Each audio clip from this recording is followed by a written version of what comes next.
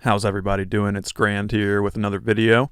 I hope everybody has had a nice Christmas and is continuing to have a good holiday season. In this video, I want to talk about what I think is one of the most important things you can do to evolve as a man. And I know that sounds perhaps a little bit pretentious, but let me get into it. Recently, about a year ago on the dot at this point, I decided to make a big change in my life. I decided I was going to attempt to move across the country and live somewhere away from, pretty much everything and everyone I've ever known.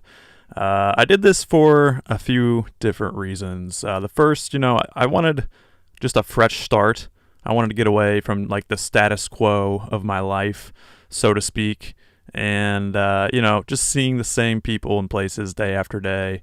I feel it just kind of begins to cement you in place in a way. I noticed a lot of time was going by without me really making any moves.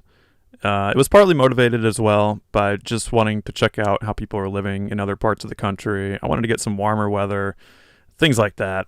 The main reason though, and what I'm making this video for, is that I had a bit of a suspicion that moving away would force me to grow and become more self-reliant, and I do believe it has, and I think this is absolutely what you need. You see, whether you're living at home directly with your parents or they're just close by, it's likely that you're still relying on them for some things, even passively. At least, you feel that security is there for you to just reach out and grab whenever you might need. And that might sound very good on paper, like a big net positive, but this is actually what you want to break away from. And I'll tell you why. So ideally, when you think about who you really want to be, right, what you would want is to become as self-reliant as possible. And ideally, you'd really be happiest if people like your parents or whoever, if they came to you for help. Am I right?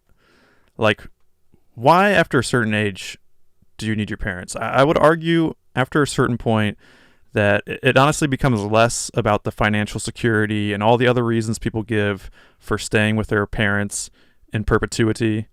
And it's more about being comfortable and just not wanting to leave, because obviously it's a bit of a scary thing. What happens when you do leave, though, is that you immediately begin to take things seriously in a way that you never could when you were living at home. And suddenly, for the first time, you get to feel the weight of the world pressing up against you. And it's only through this exposure to this weight that you begin to sort of almost on a subconscious, deeper level, you start to understand how strong you need to become to actually survive in this world. You can compare it to learning how to swim or even riding a bike, where until you're fully on your own, you just can't quite understand like how to make it happen. The parents can like hold you up by your chest while you're trying to swim or kind of guide the bike with you. But until they actually like let go and you're on your own, you're not really sure quite exactly what you're doing. You need those moments where you like potentially you fall and things like that. It's just it's a little dangerous, but it's necessary, right? And in a way, leaving your home and going out on your own is like taking the training wheels off of life, and now you can start to learn how to make it on your own and what exactly that entails. A lot of the things that your parents sheltered you from will immediately become clear. You want to laze about all day and watch Netflix or play games? Okay, but soon you're going to need to pay rent. You're going to need to make some money somehow. Laundry is boring? Okay, but soon your clothes are going to run out and you're going to have to do it or smell disgusting, right? You don't like keeping your living space somewhat tidy and sanitary? Okay, you can live in filth. Don't want to maintain your car? Okay, it's going to break down. Suddenly, you begin to realize, oh crap, I am not quite in what I would like to call like fighting shape, right? You got holes in your game. Like, you got bad habits. You don't go hard enough here. You let your guard down here. Your conditioning isn't that great. Sort of making like a boxing analogy, right? But I think it's appropriate because life, when you're on your own, is going to start to tag you in all these different ways. Before, you had like your family, whoever, to come bail you out or shelter you, right? Now it's just you taking the shots, realizing like, dang, there is a lot of things I need to adjust.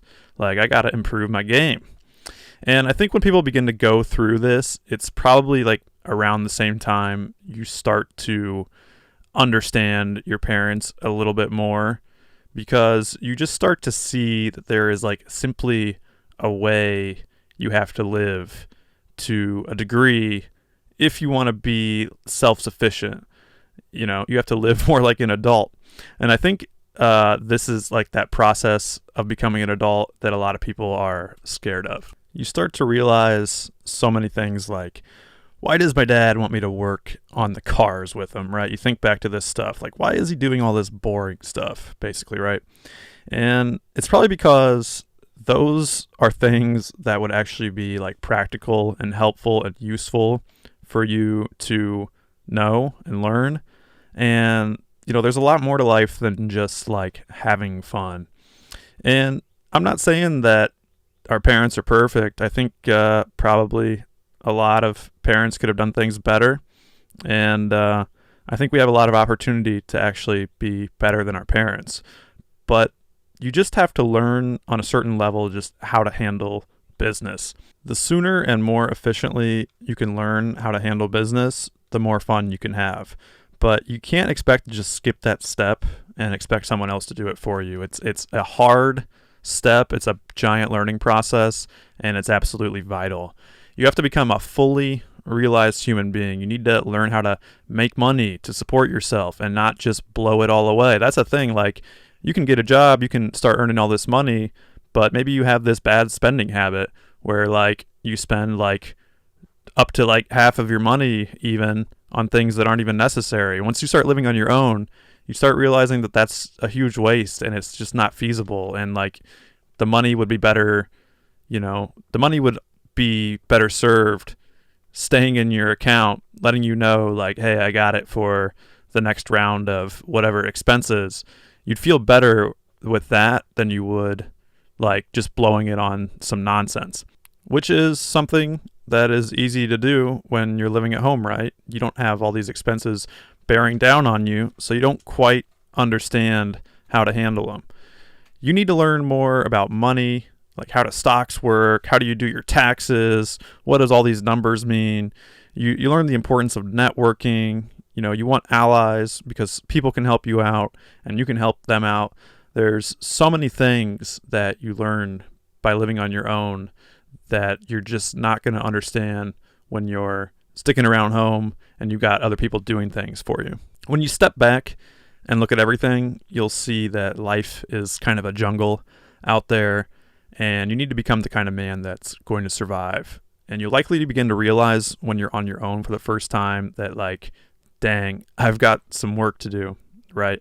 This is a good thing, you know. It's often discussed how you don't find a lot of depression amongst these indigenous tribes who are scavenging for food and surviving day to day.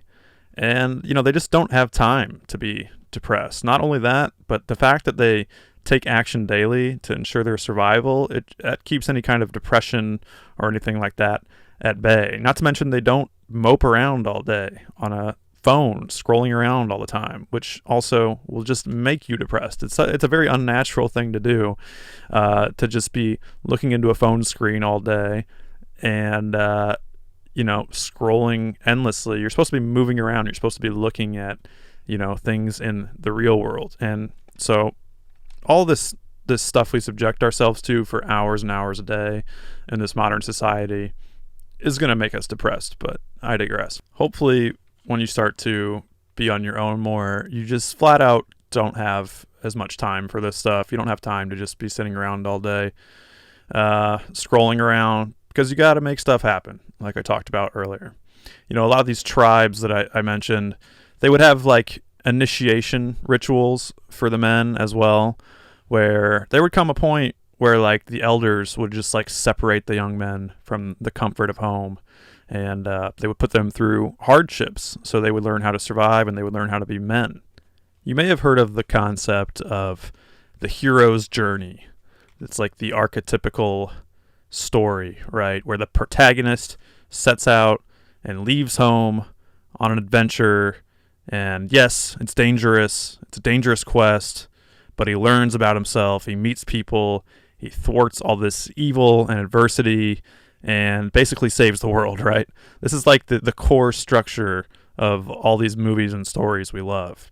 So don't deprive yourself of this. You need to give yourself your own hero's journey. You need to create that for yourself. If it's not being thrusted upon you, as sometimes it is for people, some people, they don't have any choice, right? But if you're in this comfortable spot and you don't, you're still young, you don't have a lot of things tying you down, you might need to give yourself this hero's journey. Make it happen for yourself.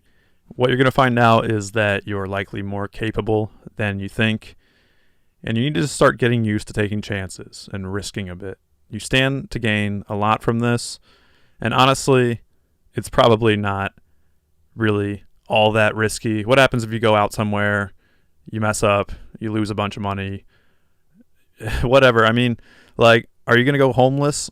A lot of times the reason for that is like mental illness and things like that. It's hard for that to happen when you've kind of got a decent head on your shoulders. It's not like the risk is that insane. It's scary, right? If you're assessing your situation and you believe that you may stand to gain from this kind of experience, I would say that it's likely that you would. You know, it puts a lot of adventure into life, and life used to be like so adventurous, I think. At least compared to the way it is now, where we're just like in these little pods, these little matrix pods. And so many people's lives are just so risk-free and safe and absolutely boring. And then everybody wonders why they're depressed. It's because you need that adventure in your life. You need that risk. You need to start embarking on that hero's journey. I think the great paradox here is that while on the surface this may seem very risky and dangerous, you might just find out that it's exactly what you need to save yourself. So thanks for watching, guys. That's going to be the video. You know, I don't know if you're really going to take this extreme risk. Maybe you feel like you don't need to. Maybe it's true, but I think the message at the end of the day is that it would do a lot of people a lot of good to start to become a more self-sufficient person. You know, don't be the person that relies on other people.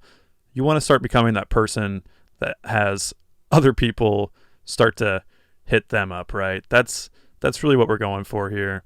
But yeah, I hope you guys enjoyed and got a lot out of this. And please do subscribe and like and share the video. And please let me know in the comments what you guys think.